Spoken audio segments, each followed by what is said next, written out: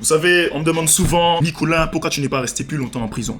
J'ai envie de vous dire, à partir du moment où il n'y a plus de wifi à côté de moi, ça devient un problème principal. Il faut pouvoir faire les choses correctement. Nous voici. Hey, wagwan famille, on est entendu nous là les jeunes. Là nous quand parler d'un lobité, mais nous quand parler des poils. Et on pas parler des poils en bas bras, mais poils en haut tête. Il se fut un temps, il y a longtemps, où le temps tendait à s'enculer lentement.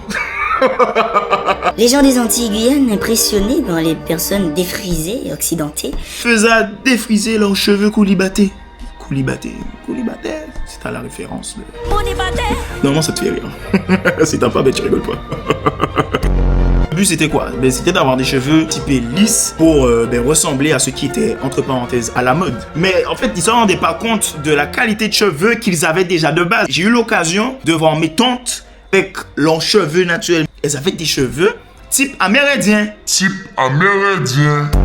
Mais vraiment, cheveux lisses, façon un peu coulis, façon, tu vois, trop de mélange, trop de... Non. Bon, n'empêche, les cheveux grainés, ce n'est pas mauvais. Mais... quand j'ai vu la sauce, il y a une différence. D'ailleurs, j'ai pu voir un petit truc sur TikTok. C'était un gars qui était en train de sortir en entretien d'embauche. Les cheveux étaient comme ça, aucune forme, une grosse béban là, comme ça, il arrive, on aurait dit un viking, et puis il dit, ouais, donne-moi le travail. Il te faut un minimum de présentation. T'as pas vu l'élément qui est devant toi, alors? Non, mais je comprends pas.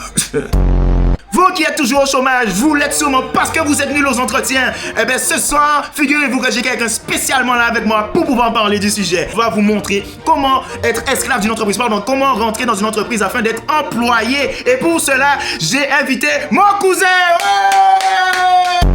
Mets-toi là. Tu as ta place, mets-toi juste là. Je cadre bien. Non, t'as pas besoin de t'asseoir comme si tu avais un petit bâton.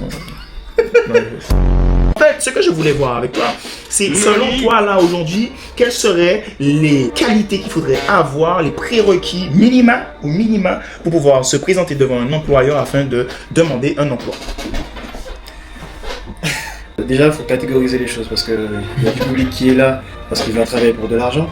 Il y a un public qui est là parce qu'il cherche une carrière, une vocation. Et c'est pas la même chose. C'est-à-dire que si tu es là pour de l'argent, là il va falloir que tu remplisses des critères, des minima. Alors que si tu veux remplir une vocation, il faudra juste en fait que tu saches répondre, comment dire. On parle en fait dans le domaine si jamais c'est de la passion en fait. Oui. Ok. Oui. Quand c'est une vocation, il faut qu'en fait que tu sois. Quand c'est une vocation, vraiment, ce qui est important, c'est que tu sois à l'image de ce que tu vends. C'est-à-dire que si tu viens, tu te présentes et que tu n'es pas à l'image de ce que tu vends, ce que tu vas dire, en fait, ça va faire défaut parce qu'on va voir que tu n'es pas ce que tu vends. Ouais. Ben c'est vrai, si jamais par exemple je veux commencer à être acteur de film de cul, il me faudra bien arriver avec ma bite en l'air parce que c'est pas dans le cadre. Il faut présenter les attributs correctement de manière à ce que. Même dans le domaine du clown, de tout ce qui est styliste, ouais, là on va retrouver en fait les gars qui veulent faire part de leur créativité déjà par leur apparence. Et déjà gagner quelques points sur déjà la candidature en fait, entre parenthèses. Après il y aura tout ce qui aura élocution et puis le talent derrière et tout. Alors attention, une passion, c'est pas forcément le métier rêvé que tout le monde imagine. Peu importe le métier qu'on remplit, la fonction, chacun en fait a une vocation qui lui est propre. Donc il faut pas que tu te dises que parce que le gars est technicien que ce n'est pas une vocation. Je connais des personnes qui sont passionnées par l'électricité. Ouais, ils se plaisent dans leur truc. Je connais des personnes qui sont passionnées par tout ce qui est automatisme, portail, etc. Forcément. Beaucoup d'argent grâce à ça, tu vois. Donc du coup, non, il faut bien mettre les choses dans leur contexte. C'est dommage parce qu'aujourd'hui, il y a beaucoup de gens qui veulent postuler pour avoir un poste, pour avoir une situation, alors que c'est pas du tout comme ça que ça marche. Quand tu dis situation, c'est par rapport au CDI, CDD. Alors, il y a CDI, oui, mais pour pouvoir dire, moi je travaille là. Ok, tel endroit. D'accord. Sauf que le problème, c'est que quand tu rentres dans un métier pour pouvoir avoir un poste, une situation, ce qui se passe très rapidement, c'est que au début, t'es content. Parce que la situation remplit ton cœur, tu te sens jaloux, etc. Mais, sauf que tu remplis ton cœur, mais tu ne remplis pas ton âme. Il y a une différence entre les deux. Et là, tu es vide de sens et tu rentres dans la rat race, travailler 7 heures, rentrer chez toi, tu abandonnes tes enfants, tu abandonnes ta femme, il n'y a plus rien qui va dans ta vie, tu as envie de te suicider, des trucs comme ça, quoi. Les apports là, c'est qu'en fait, peu importe ce qu'on fait dans la vie, il y aura toujours des sacrifices. D'accord. Donc, si en fait, ce que tu fais tous les jours ne t'apporte pas un minimum de satisfaction, les sacrifices que tu auras fait aujourd'hui n'ont pas de sens. Parce que tu ne peux pas te sacrifier pour de l'argent. Et c'est là. Personne ne peut faire ça. Non. Sauf... Vous avez vu des gars en parle, hein. L'entretien, ce qu'on recherche, c'est pas quelqu'un qui colle sur le papier. C'est pas du tout ça. Prenez vos feuilles, vos points, big, vos stylos, hein, parce que là, ça talk will pour de vrai. Tout le monde sait correspondre à un profil sur un papier.